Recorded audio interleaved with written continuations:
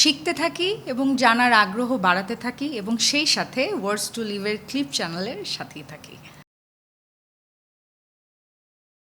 আমি কোথায় জন্মালাম, আমি বেড়ে উঠছি কোথায়, এটাই একটা বড় প্রশ্ন। আমার চারপাশে মানে অপসংস্কৃতি বা অন্য সংস্কৃতি, রাইট, মানে আমার জানতে হবে এটা আমি কোথা থেকে জানবো, কিভাবে জানবো। আচ্ছা, সেটা একটা বড় ভূমিকা রাখতে পারে কিন্তু জাদুঘর। আমি বলতে চাচ্ছি যে এই জিনিসটা তো আমাদের স্কুল থেকে হবে। তা তো বটে, স্কুলের বইয়ে থাকতে হবে। আমি তোমার সাথে সম্পূর্ণ একমত। স্কুলের বইয়ে আছে নিরু, কিন্তু আমি এটা দেখেছি, আমি এটা অবজার্ভ করেছি। আমার কিছু বিজনেস আছে যে কারণে আমার ঢাকার বাইরে যেতে হয়, একদম রুরাল সাইডে যেতে হয় আর কি।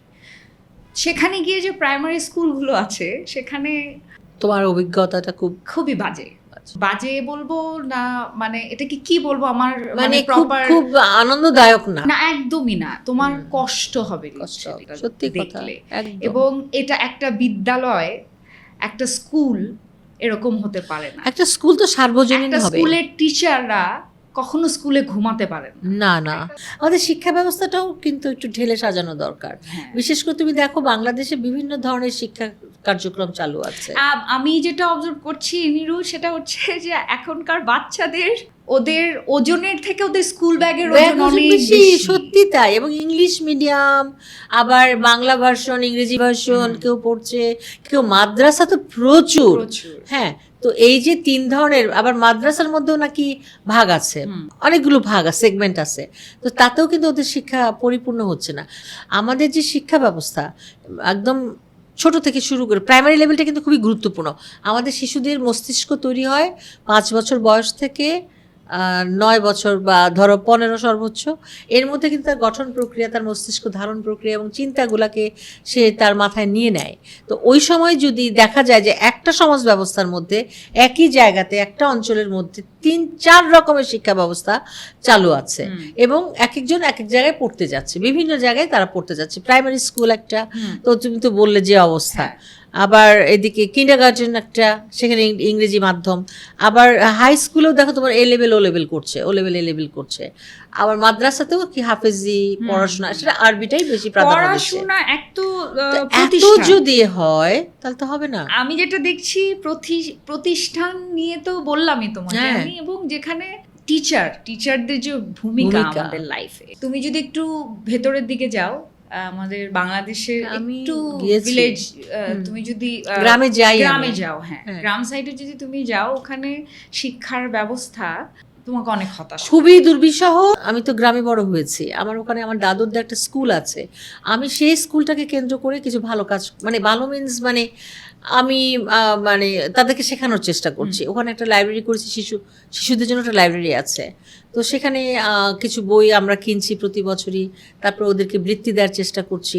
তাতে দেখা যাচ্ছে যে ওদের কিন্তু আগ্রহ আছে জানো। কিন্তু আমরা যারা বড়, আমরা যারা নীতি নির্ধারণী পর্যায়ে আছি, আমার মনে হয় যে খুব স্পষ্ট করে বললে পরে আমাদের সরকারের যারা নীতি নির্ধারণী জায়গায় আছেন এবং যারা আমাদের বুদ্ধিজীবী, যারা শিক্ষাবিদ, পণ্ডিত, তাদের একটা অবশ্যই সমন্বিত শিক্ষা ব্যবস্থা চালু করার দিকে আগানো উচিত।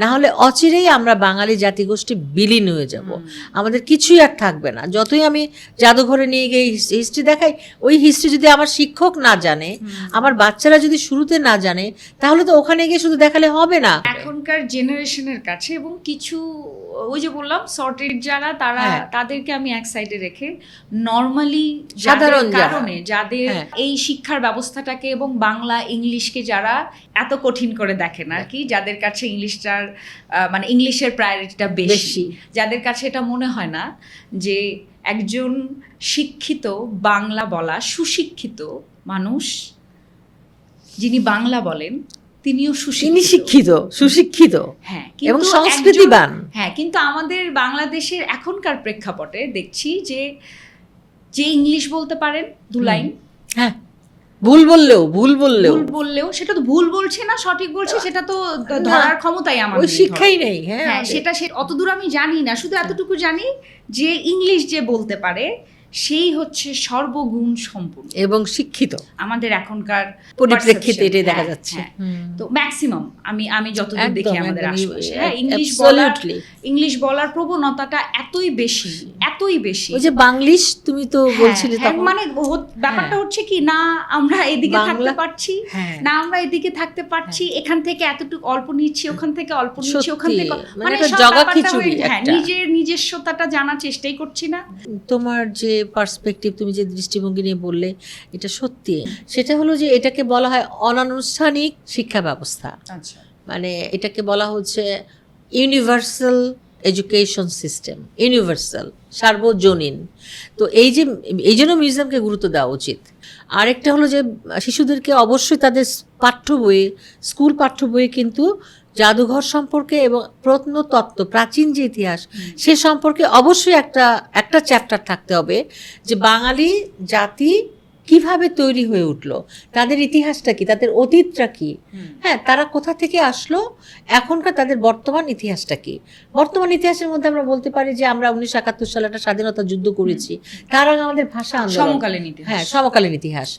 তো সেই পর্যন্ত যখন আসবে ধারাবাহিকভাবে, অবশ্যই আমরা আমাদের বাচ্চারা অবশ্যই দেশপ্রেমিক এবং একটা সুষ্ঠু নাগরিক হিসেবে তারা বেড়ে উঠবে এবং এই দেশকে তারা ধারণ করবে।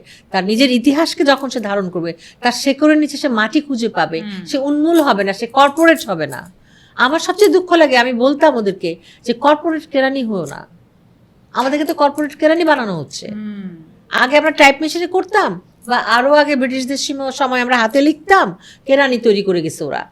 তারপরে আবার আমাদের যে এখন যে বিশ্ববিদ্যালয়গুলো হচ্ছে তোমার প্রাইভেট সেক্টরে, ওয়ার্ল্ড ব্যাংক অথবা ইউজিসি, তারা প্রাইভেট সেক্টরে টাকা দিচ্ছে ইউনিভার্সিটি করার জন্য, সেখানে কোনো বাংলা নাই, ইতিহাস নাই, কিচ্ছু নাই। এত কষ্ট করে যে দেশের শিক্ষা ভাষার নিচ্ছি আমরা, জন্য যে এত প্রাণ দেওয়া হলো, এত ফাইট করা হলো, হ্যাঁ, দেশের জন্য এত ফাইট, ভাষা আন্দোলন হলো, সেগুলো কেন? সেটাই তো জানাতে হবে। এখন এখানে আমাদের বড়দের দায়িত্ব আছে, যারা আমরা নীতি নির্ধারণী পর্যায়ে কাজ করি। এখানে আমাকে বলতেই হবে, আমি নিজেও হয়তো খুব ছোটোখাটো একজন মানুষ, কিন্তু আমি যেখানে কাজ করতাম সেটা একটা আকর জায়গা। আমাদের ইতিহাসকে আমরা ধারণ করি, রক্ষা করি। Subscribe to Words to Live and don't forget to press the bell icon.